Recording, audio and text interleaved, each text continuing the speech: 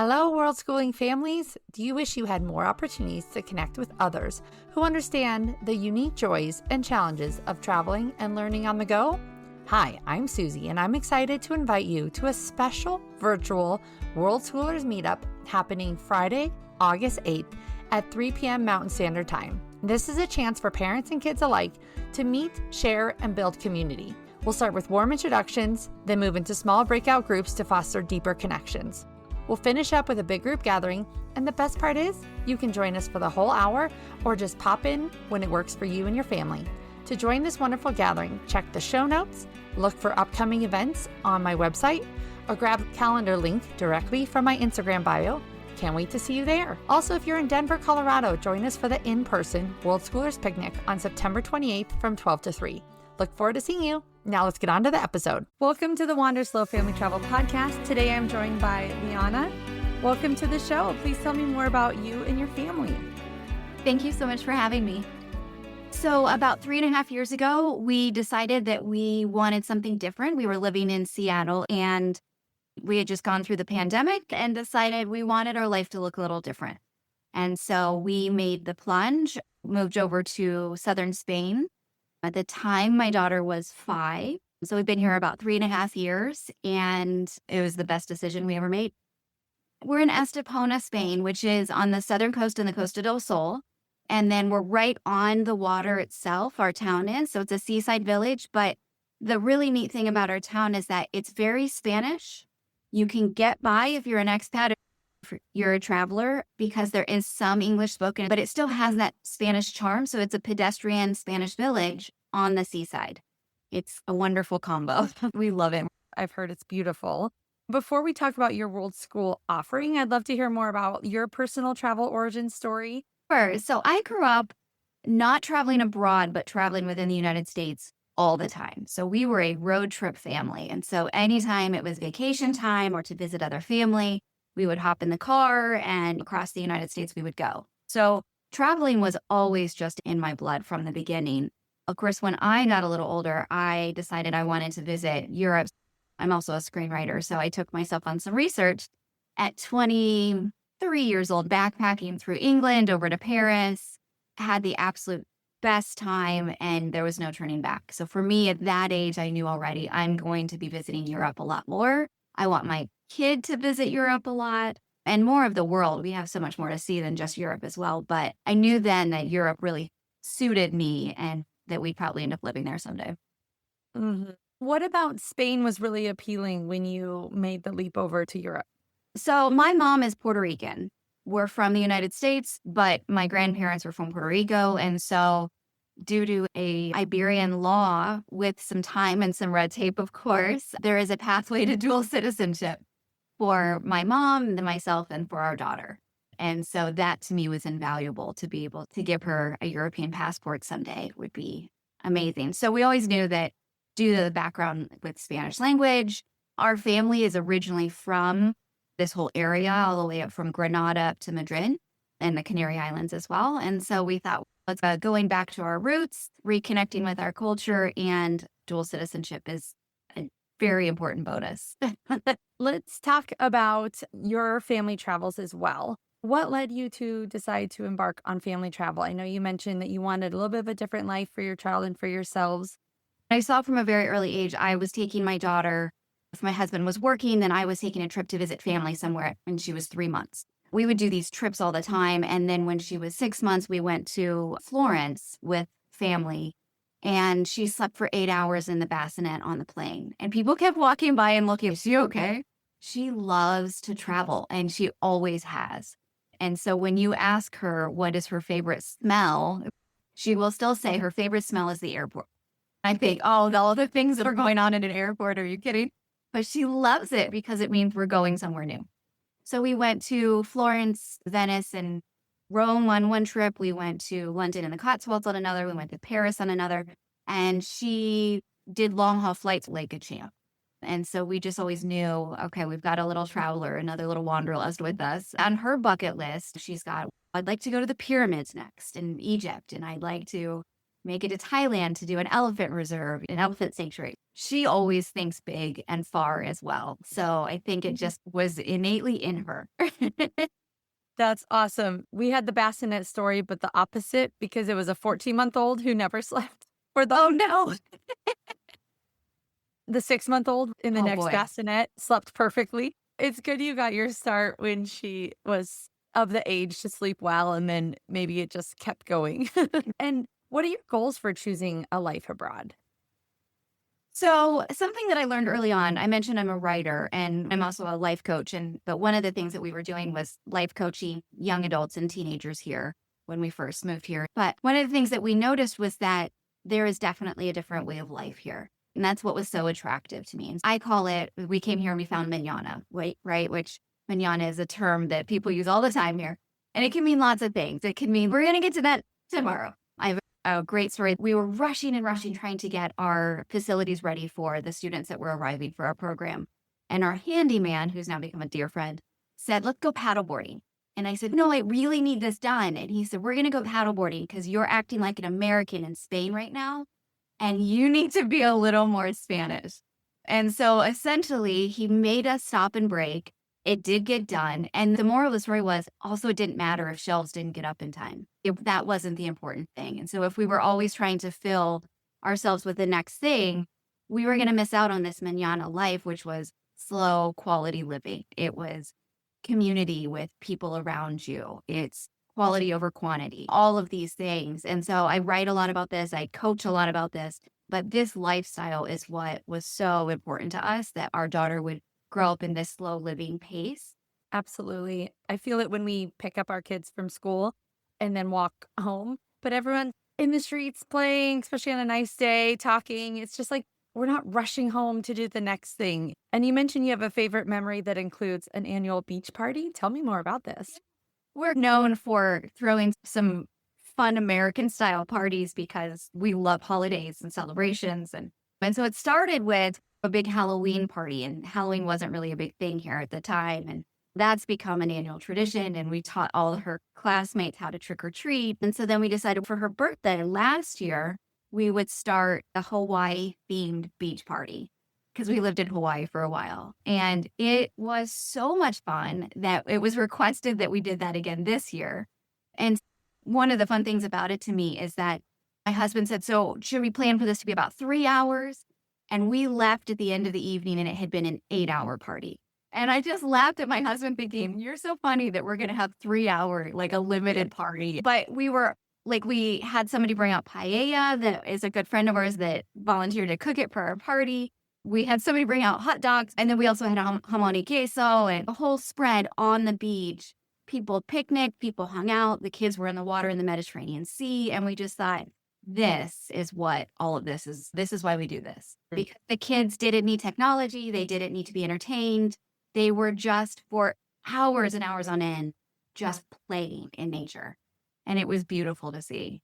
Send an invite next time. Yeah, absolutely. We'll make our way down. Behind the scenes of every trip or move abroad is the financial and logistical side of the journey. How are you funding your life abroad? So we ended up moving here, opening up a Spanish business, which I'm not sure I would recommend that to others.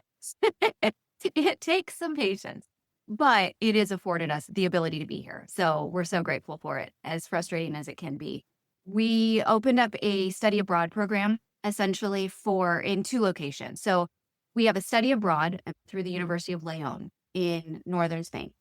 And then what we opened here was a gap year with hand-holding, is how I like to say it. So students that weren't quite ready to go off to college needed a little extra help in between. We had a lot of senior graduates from high school, and they were going to take 1 year in between before heading off to university.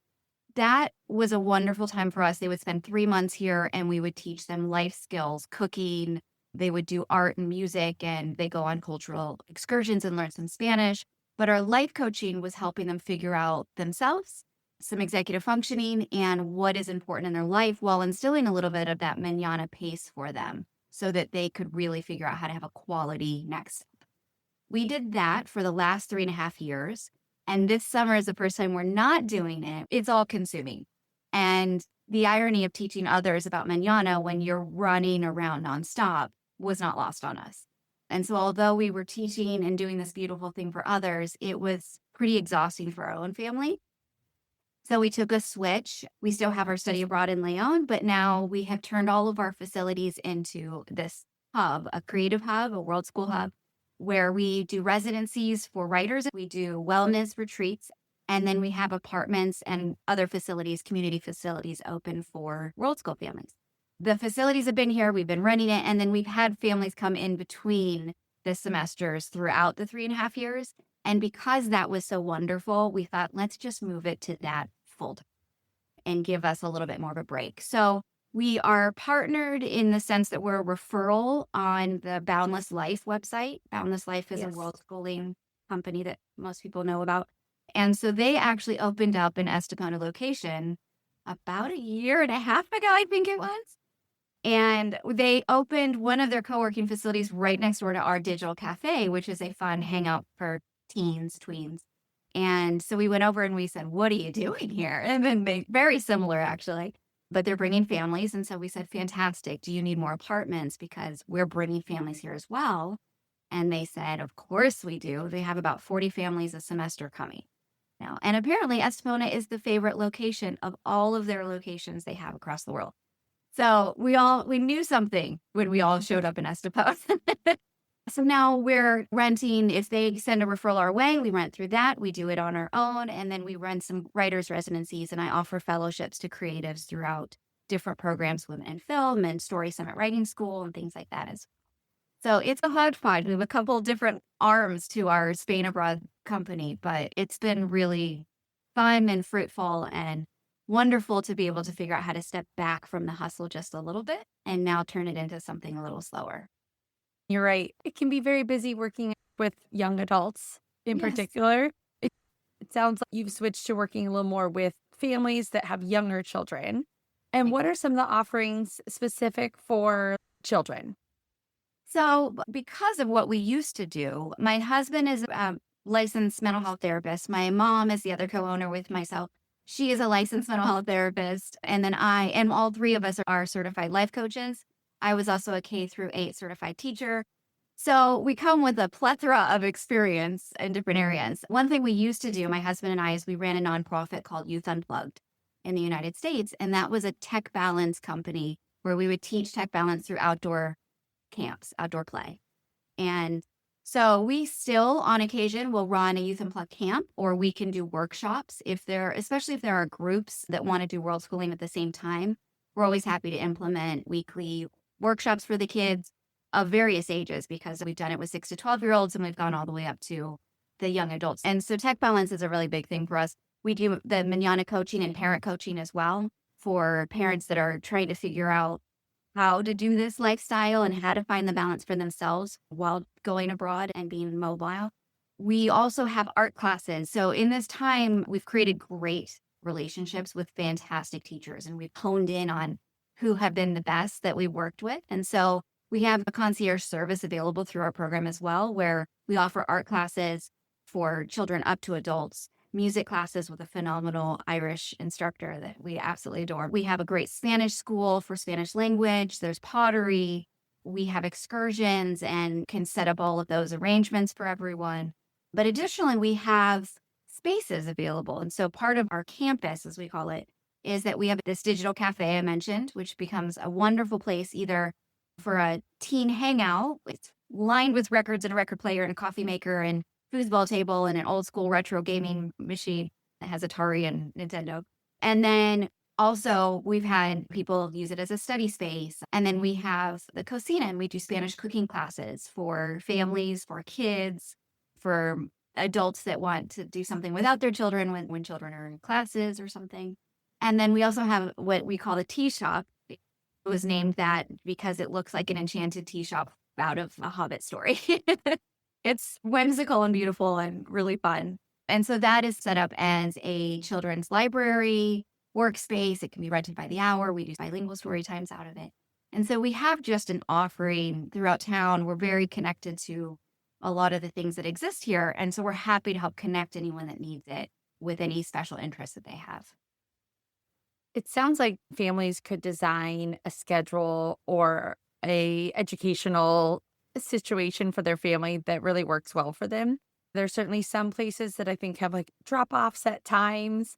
And then there's others where there is more family involvement, and this allows that flexibility. Some families might want to do more things together.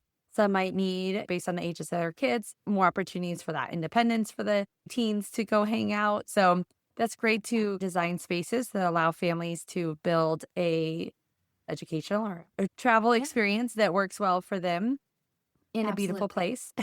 And the apartments, which I think is something that as traveling families find that it's always a struggle of like, where do I stay and what do I do? And so building that in obviously helps. I know that is part of the Boundless Life offerings is to have that accommodation. Do you find that some families are booking that separately and then piecing together activities that work well for them? Yep, absolutely. We have the range of people that want to just do the all-inclusive. I want to be a part of Boundless, drop my kids off, know that I have this system and rent from there. And then we have people that are reaching out and saying, can I spend August and September and can you help me create something that is specific and very personalized for my family's needs, which I'm happy to do, of course. We have a 2-bedroom apartment in town right next to the Plaza de las Flores, 2-bedroom, 1-bathroom. All of our locations are in this central walking town, very wonderfully located and very close to one another. We have a 3-bedroom, 2-bath on the beachfront. So the balcony, it's a large balcony overlooking a very quiet area of the Mediterranean Sea, which is stunning. And then we have a 4-bedroom, 2-bath, which they're very hard to find in Estepona, the larger ones. Also on the beachfront, this one is a little bit more in the center. And then we also have a new addition, and that's a 5-bedroom villa that's also right in town. Has a large courtyard, a covered meditation reading room. It's a beautiful house, and it's a 3-minute walk from the beach as well, right in the middle of town. So we have a little bit more larger apartments for families that might need a little bit more space in particular. And then the space that comes with the rental as well, which is access to this digital cafe or to the cooking cocina if you want to have shared meals with other people that are in town at the same time as you. We can create community events in that way. So yeah, those are our facilities at the moment. Oh, they sound lovely. And what is the seasonality? Do you find that summers tend to be busier? Do you actually get a lot of families or interest throughout the school year? Yeah, honestly, the interest has been high year round. I've got quite a few people reaching out about next April already. I think that people tend to plan ahead, but I also have someone I'm talking to tomorrow that wants to come August and September. But year round because we have phenomenal weather. So even in October, it's a beach day. And last Christmas, I was playing beach volleyball with my brother when he came into town. We have over 300 days of sunshine and the weather stays relatively warm. Summer is always a huge travel time period. And so things get pricier in town and harder to find. But year round, there's interest for sure. And you mentioned for the 2-bedroom apart, it might be around $1,400 a month or so. And then all the way up to about $4,500 for the 5-bedroom. And that does include utilities and cleaning. Perfect. So there's no additional costs outside of what that fee is. Nice to have it all together. And like you mentioned, that also includes access to those resources. Exactly. I would love to hear more about a memorable moment from a past hub, past offering that sticks out to you. This isn't actually a moment of a family, but it was about a teen that was here. When he came, one of the biggest concerns that he had and that his family had was that he was very tech obsessed, always on his phone, hours and hours. And he was so proud of the fact that he had gone down 70% of tech use while he was here for those 3 months that he spent with us. And that was through a combination of things. We coached about it. We helped him find interests outside of technology, but also the environment just lent itself to less tech time. And this study is slightly old now, but about a year and a half ago when I was looking, the average tech time for 13 to 18-year-olds in America was 7.5 hours. 7.5 hours. And at that time in Spain, it was 2.5 hours. Now I'm sure it's even higher, but there was a 5-hour difference in technology use. Part of that is what we talked about this manana. It is very family oriented. I don't see kids sitting in the plaza on iPads. They're running circles around the fountain. They're kicking a football, which is a soccer ball for Americans. And so that environment that we have so much beautiful nature around us, it just lends itself to less tech time in general. And so I know that's a major concern for a lot of American families. This is such a beautiful place to naturally detox off of some technology and learn how to create a balance for your kids when they're really young. So that is implanted for their development as they get older. So for me, tech balance is such an important factor, and we do so much around that issue that I think this is such a wonderful place to kickstart that or to hone in on it if that's something of interest. That's a great example. And I think a big part of what a lot of parents are thinking about when they want to travel is how to balance technology in that. Sometimes technology is essential if you are doing an online curriculum, but then how to balance that with real world experiences. And a lot of families do really want to be outside, out in nature. The weather in Spain is very conducive to that. That's what we found is it's just easier with the later sunlight. And Yeah, in fact, it's actually just hard to get enough sleep. Too much time to exactly. go out and play for the kids. I agree that the technology piece is very different here, where partly just because if you go to a playground, there's so many other families, kids can just find someone to play with. I think they just are a little more creative. And I've appreciated putting that to use and getting our kids really into soccer. It's just very nice to have those opportunities for outdoor. And I would be amiss if I didn't mention that Mhm. Estepona has an absolutely wonderfully safe feeling. Of course, we always watch our children and we always take precaution. There is definitely a sense of safety. So it is very family friendly. The people in town are looking out for my daughter as we walk down the street. And it's just a very kind, loving place. And on top of the safety, the family friendliness allows for kids to be kids. We were at a restaurant where a kid ran into a wall, and I thought the restaurant staff would say, "Stop doing that." And they actually went and checked on him first. Yeah. And then they just let him keep running around. Just letting Yeah. kids be kids is very much part of the culture. But part of keeping it real with discussing the realities of living abroad and long term travel, what are some of the struggles or challenges that you or your hub, your offering, are experiencing? Yeah, so I am familiar with Spanish, but I am not as fluent as I would like to be yet. I'm still working on it.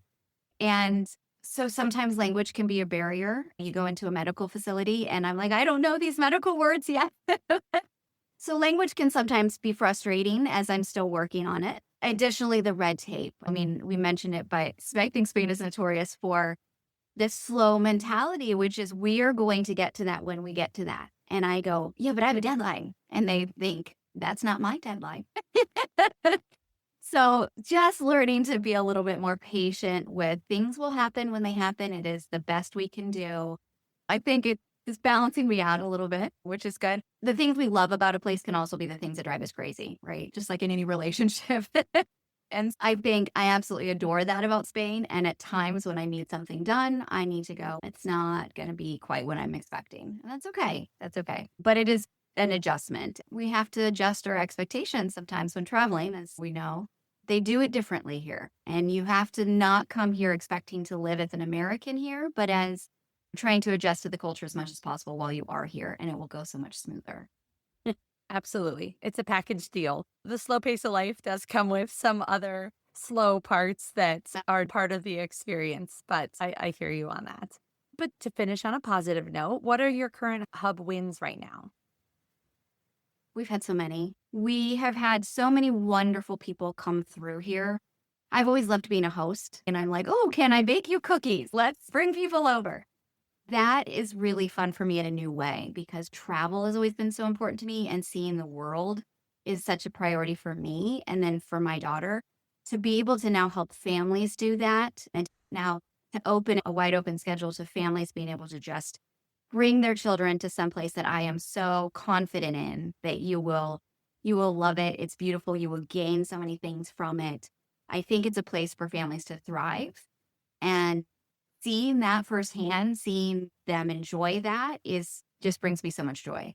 So yeah, just having it in general, but being able to see children's eyes opened up, families connecting here together, it's beautiful. I love to hear that. I hosted a pop-up hub in Sevilla last year, And it was the same feeling of I've really learned to love this city and all of its offerings, and then to have other people come and be impressed with the same sights Yeah. and experiences. There's definitely a joy to be found in that. So thank you for sharing.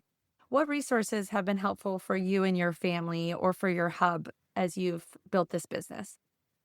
I wish I had a handy list, but I felt like I did a lot of it on my own. I wish something existed that would make the move to Spain easier.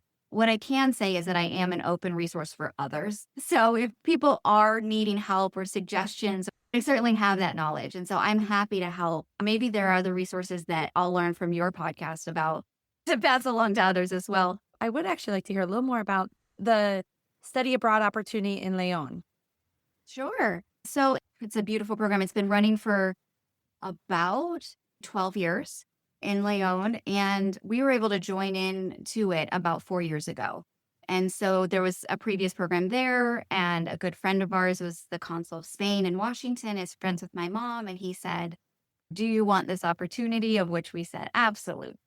And it worked out very well. We take anywhere from 8 as the minimum, and we go up to 25 students at a time. They are mixed with other students from around the world, so it's a beautiful international program. And it's a homestay program. So you're staying with a Spanish family. These families have been part of this program for 10 years, most of them. So they've been highly vetted, and wonderful, beautiful experiences have come out of it. And so you are living with that family for the 11 weeks of the program. You go to Spanish class at the University of Leon. There are amazing excursions, local excursions. The cathedral in Leon is spectacular. They have an absolutely amazing medieval museum. So local things all the way to UNESCO sites that are nearby. They can do a 2-day Camino trip on the Camino de Santiago. So it's a wonderful experience where they get to actually acclimate and immerse themselves in the Spanish culture. They will definitely help their Spanish skills. This is a really great program for anybody that is looking to help build their resume, help get into a college of their choice, get extra Spanish credits. They can be transferable to your university, to most colleges. It's a beautiful program that we've had wonderful stories and success from, and the team that run it up there are incredible. My husband did some study abroad, and it's part of, I hope, for my kids' future to have that opportunity, whether that's in high school or college. I just think that opportunity is so invaluable to be a little bit on your own. The language immersion, the cultural eye-opening at that stage of life is so invaluable. I'll add one more thing to that. Not only are we a smaller program within a larger system, but with that, because of what we've been doing down here, wellness and holistic wellness is really important. And I think oftentimes students will go off to study abroad and they might feel scared, lonely, lost, and not be able to work on things like balance in their life. And so we have a team of people, English speaking, that are there specifically to also check on the holistic well-being of the child or the young adult. We help connect them to yoga classes. And if there's anything spiritually that they want to connect to, we help find resources for that. We want to create balance and holistic wellness for any of our students that are at any of our programs. And you're right. There's a lot of feelings and emotions that can come up with being in a new environment. And so focusing on the mental health, and I think that's where some of that counseling and life coaching can come in to make sure that young person has a positive experience. Absolutely. And if people want to connect with you more, where can people find out more about your offerings? So for our Creative Hub, our world schooling location here in Estepona, Spain, it's SpainAbroadCreativeHub.com. For Spain Abroad in general, which is the Leon program, study abroad for 18 to 23-year-olds, that is SpainAbroad.com. And then I also have an Instagram called Finding Mañana.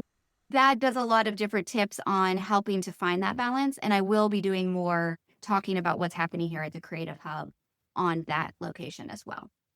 It seems like a very awesome opportunity for people looking to create their own educational offering for their family. And I'll make sure to include all those links in the show notes so people can connect with you. Thank you so much for coming on today and sharing more about it. Absolutely. Thank you so much for having me. I appreciate it.